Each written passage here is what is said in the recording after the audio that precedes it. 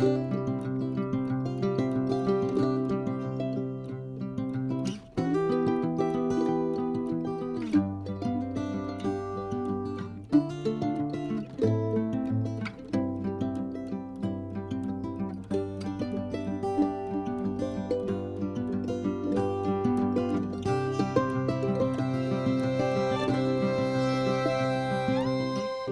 guys, we're going to make some beaded tiebacks. So what you'll need is some fishing line, 2 different sizes of white beads, and then you'll need some gold grayish sparkly beads that you get all at Walmart, and I'll show you the packages.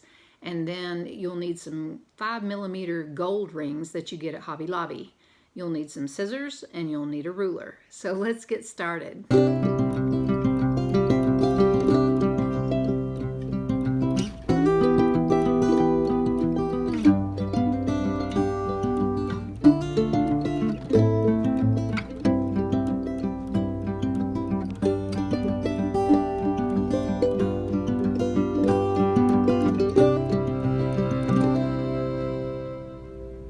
First thing you want to do is to go measure your curtains to see how long your tieback should be. I took a string, you could take a shoelace, you could take a flexible measuring tape and measure it. My white bead strand is 18 inches and the gray one is 22 inches. Okay, the first thing that we do is we take our strands of beads and we separate them and put them in compartments if you want to, if you don't want them rolling around on your table. All right, so you want to take your measurement that you got and measure out your fishing line. You need to add a little bit to it because you got to tie each end to one of these rings. And then what you need is some extra line so your beads don't fall off as you're putting them on. So I tied it several times right here on this part. And now the pattern that I'm going to do is just the same one that I had done before. You can do any pattern you want, but what I did is a little rock, a little bead, a little rock, a big bead, a little rock, a little bead, a little rock, a big bead, okay? So I start with a little rock, and I just feed these things onto fishing line. So there's our first bead. Next bead is the small bead.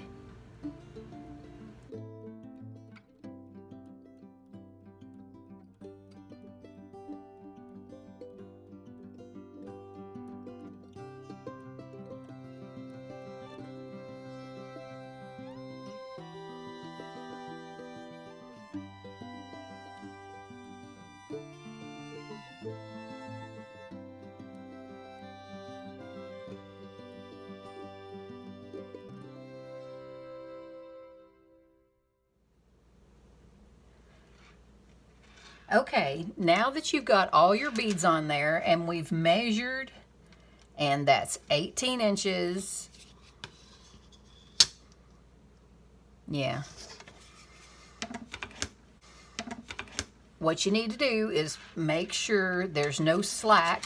And I needed to tell you that when you were putting those beads on, sometimes you can get off on your pattern. So it might be helpful to put the pattern down on the table in the order that you want it, and that way you don't get off. Plus, another little tip is the end of your fishing line, you might have noticed it gets a little wonky.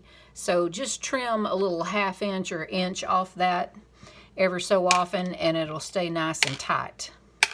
Now that we're at the end of our curtain tieback, you're going to take one of these little rings and you're going to feed it in down here, and we're going to tie it around the last bead, and that way it makes it nice and tight.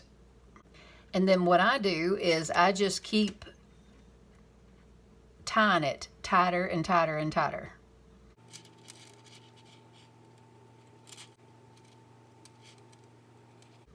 All right, and that pulls that right down. All right, so when you have both ends tied off and you cut the little strings off, this part of the curtain tie back is finished.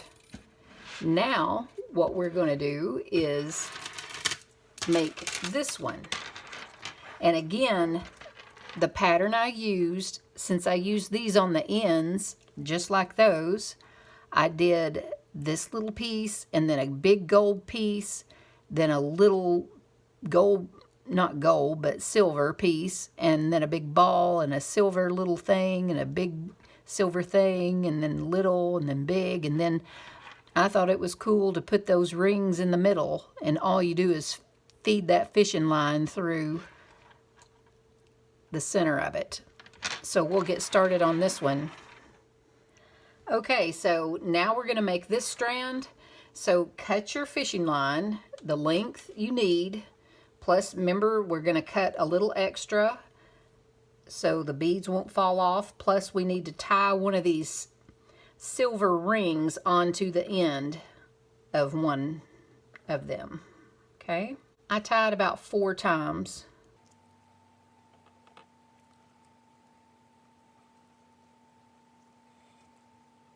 And then I cut off the little piece. Here's our little end, and we're gonna start with one of these things. So that's my pattern that I'm gonna be using. So let's feed this on here and do it just like we did the other one.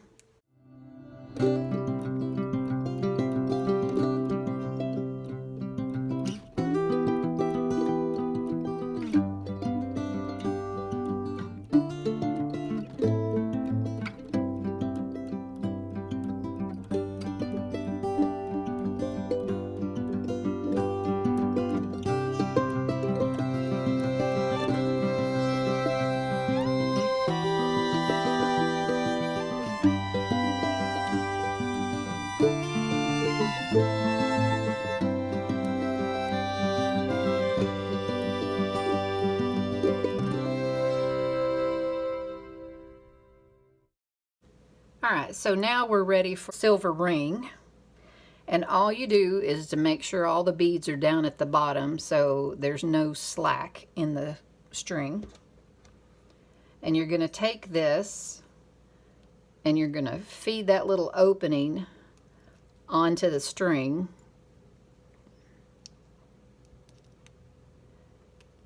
And once you get it on the string, then you can roll it around, put the other side in there, and you've got it on there. And slide it down. We have that going. So I'll meet you at the end, and then I'll show you how to tie it off again. Okay, now we finished our strand, and we're ready to put the very last ring on the end. So again, you've got to make sure all of these beads are pushed down to the bottom. Watch out for those rings that are in the middle. Sometimes you have to adjust them, they get off track. But again, we're just going to stick that string through the ring and wrap it around.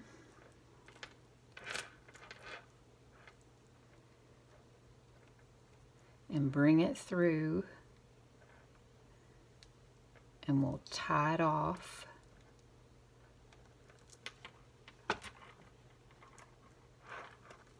Tight. And just tie it maybe 4 times since these beads are a little bigger and heavier. Okay, we got that one tied off. So here are the 2 tiebacks we just made. They are different sizes, and that's so the bottom one can hang a little lower than the top one. So now all you have to do is make another set